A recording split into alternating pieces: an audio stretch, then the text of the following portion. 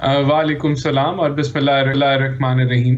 देखें, अगर तो ये नया ट्रेंड आप सेट करना चाहती हैं कि पंजाब का आप असेंबली डिसॉल्व करें और फिर जो है पूरे पाकिस्तान में इलेक्शन करवा दें, तो ये ट्रेंड तो मेरे ख्याल से पाकिस्तान की जमहूरियत के लिए बड़ा नुकसानदेह होगा कि कोई बंदा भी जो है वो पंजाब या एक और सूबे की असेंबली तोड़े और फिर डिमांड करे कि पूरे पाकिस्तान में इलेक्शंस हो जाए। तो मेरे ख्याल से जितनी हमारी जमहूरियत अभी भी लंबा सफ़र करके आई और उस हद तक मैच्योर नहीं हुई, वहाँ अगर ये रवायत हम रखना चाहते हैं तो वो तो जमहूरियत को और कमज़ोर करेगी। तो वफाक में इलेक्शन तो अपने टाइम पे होगा और नहीं, होना चाहिए कुछ गिव एंड टेक करके कुछ पीछे आप लोग आ जाएं, कुछ इमरान खान 1-2 महीने आगे चला जाए, तो बीच का रास्ता अगर निकलेगा तो इसमें इस मुल्क का फायदा है। ना आप लोगों का जाती फायदा है, ना इमरान खान का, ना आप लोगों का नुकसान है, ना इमरान खान का नुकसान है। एक ही दिन में होगा, मुल्क को फायदा होगा, एक दिन में नहीं होगा, मुल्क का नुकसान होगा। देखिए ना, अगर तो हम चाहते हैं कि एक आदमी डिक्टेशन दे कि क्या होना चाहिए और उससे बातचीत करने के लिए हमने ओपन कहा कि हम बातचीत कर लेते हैं, लेकिन उसने 2 असेंबलियां डिसॉल्व कर दी। तो उसने जो है वो मुल्क की पॉलिटिकल इंस्टेबिलिटी को तेज किया। उसमें उसने कोई कसर नहीं छोड़ी, ये जानते हुए कि माशी सूरत हाल जो वो छोड़ के गया था और जो उसके बाकियात हैं जिनसे आज भी हम सामना कर रहे हैं, तो उसने बेहद और उसने प्रायर जो है वो शरायत अपनी रखी।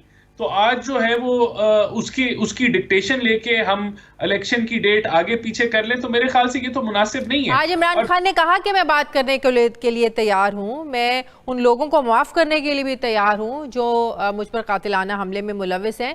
तो इमरान खान, जिसको आप लोग हमेशा यही बात करते थे कि ये बात करने के लिए तैयार नहीं होता, हाथ मिलाने के लिए तैयार नहीं होता, तो आज तो बड़ा पॉजिटिव जेस्चर थे इमरान खान की बातों में। देखिए, इमरान खान साहब जो हैं वो एक तो चीफ को से बात करने की ख्वाहिश का इजहार कर रहे थे, पहले भी करते रहे हैं, उनसे वो बातचीत भी करना चाहते हैं। बाकी जो उन्होंने बातें की, जो है बातचीत होनी चाहिए, इसमें कोई शक नहीं है और बातचीत से ही मसाइल के हल निकलते हैं। लेकिन मैं समझता हूं कि इमरान खान ने कोई कसर नहीं छोड़ी और मुल्क की मईशत और पॉलिटिकल इंस्टेबिलिटी फैलाने में, और ये उन्होंने ही कहा था कि मैं दहशतगर्दों से बातचीत कर लूंगा, मैं अलहदगी पसंद से बातचीत कर लूंगा, लेकिन मैं सियासी हमारे जो हरीफ है उनसे बातचीत नहीं करूंगा। तो अगर आज उनको ख्याल आ रहा है कि बातचीत होनी चाहिए तो इसमें कोई बुराई नहीं है, लेकिन उनकी डिक्टेशन या उनकी ख्वाहिशात के मुताबिक अब आप लोगों का जेस्चर क्या है इस पे, इमरान खान की दावत पर या उनके आगे बढ़ने पर? आप लोगों का क्या जेस्चर है? पहले आप लोग आगे बढ़े, इमरान खान पीछे हो गए, आज इमरान खान आगे बढ़ रहे हैं तो आप लोग पीछे हो जाएंगे, तो क्या फिर फर्क रह जाएगा?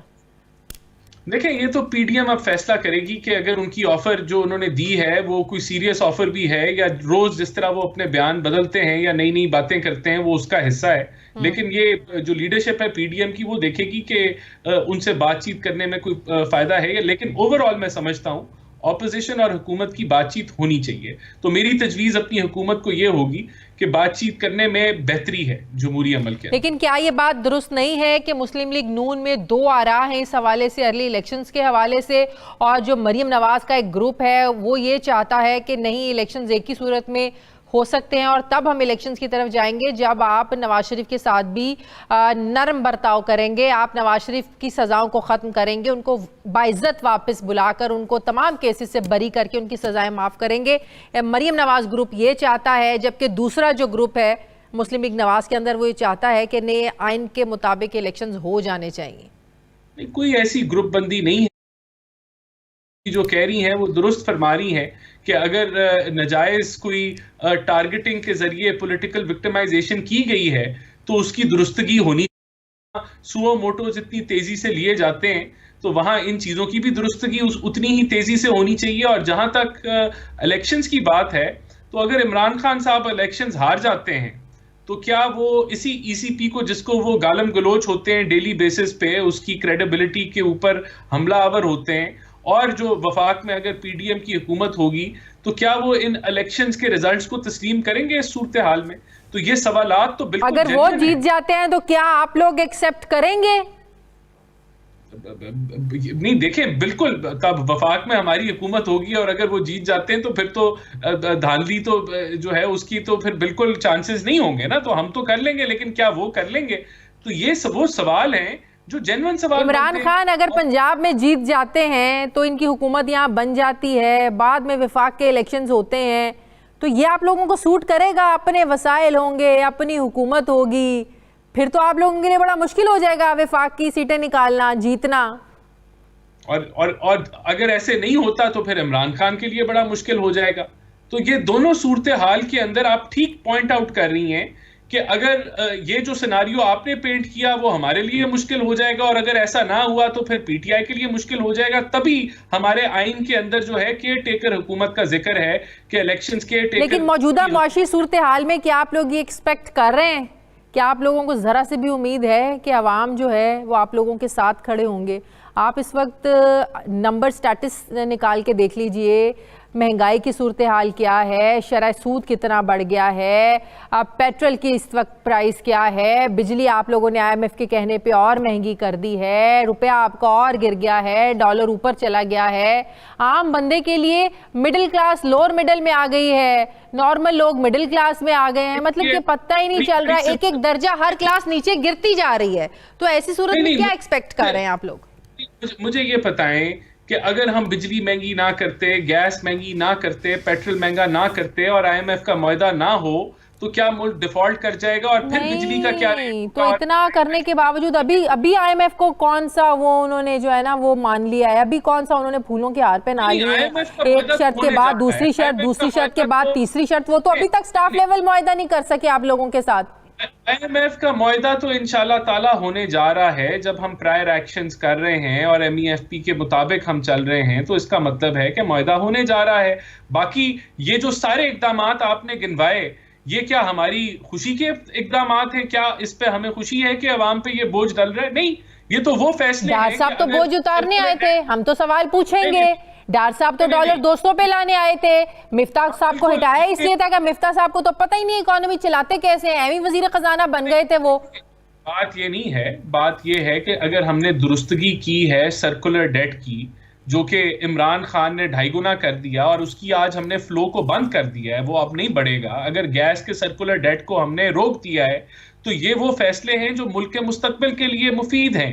तो यही चीजें हम अवाम को बताएंगे और अवाम हम समझते हैं कि समझेगी इन चीजों को। अगर ये फैसले ना किए जाते जिससे हमें कोई पॉलिटिकल फायदा नहीं है तो मुल्क डूब जाता। तो ये चीजें तो हमने अपनी सैक्रिफाइस दी है, सियासत की सैक्रिफाइस देके। आप लोगों इस सैक्रिफाइस, ये इस कुर्बानी का नतीजा आप लोगों को पता है ना, ये भी हो सकता है कि आप लोगों को जो है ना वो अगली हुकूमत करने का मौका ही ना मिले, अवाम लोग आपको चुने ही ना। तो ये भी फिर आप लोगों को ज़हन में रखना चाहिए। एक्सेप्ट करेंगे आप लोग फिर ये भी? तो अगर इस उम्मीद पे अवाम ये करेगी कि आगे जाके उनको ये रिलीफ देने लगे जिस तरह की रिलीफ इमरान खान ने दी और इस मुल्क को खोखला कर दिया, तो अगर ये हो भी जाता है तो इमरान खान पकड़ा जाएगा अगली दफा अगर वो हुकूमत बना लेता है कि वो फिर झूठा साबित होगा। क्योंकि आगे रिलीफ वाले मामला तो आगे तो आपने इकोनॉमी को स्टेबलाइज करना है, आपने जो है वो राणा साहब, इमरान खान के पास इलेक्शन कैंपेन में बयानिए के लिए बड़ी चीजें मौजूद हैं, आप लोगों के पास क्या है? किस बयानिए के साथ आप लोगों ने उतरना है? क्या उस बयानी के साथ जिस बयानी के साथ 2018 में उतरे थे, नवाज शरीफ की सजाएं, नवाज शरीफ के साथ नाइंसाफी है क्या आप लोगों के पास? ये 1.25 साल की हुकूमत जो है इसमें तो हम इमरान खान के गंद को साफ कर रहे हैं। हमने अपनी कोई पॉलिसीज तो नहीं लॉन्च की, हमने अपनी माशी पॉलिसीज जो 1.25 साल के प्लान के अंदर तो नहीं आप वो इम्प्लीमेंटेशन कर सकते चीजों की। तो हमने तो इस इकोनॉमी को डिफॉल्ट से बचाया है, आईएमएफ को बहाल किया। अगर हमारी परफॉर्मेंस है तो वो 2013 से 2018 का दौर है जब हमने इस मुल्क से अंधेरे खत्म किए, दहशतगर्दी खत्म की, सीपैक लेके आए। तो ये बयानिया हमारा बिल्कुल ठीक बयानिया है और अवाम को हम समझाएंगे इस बयानिए के साथ।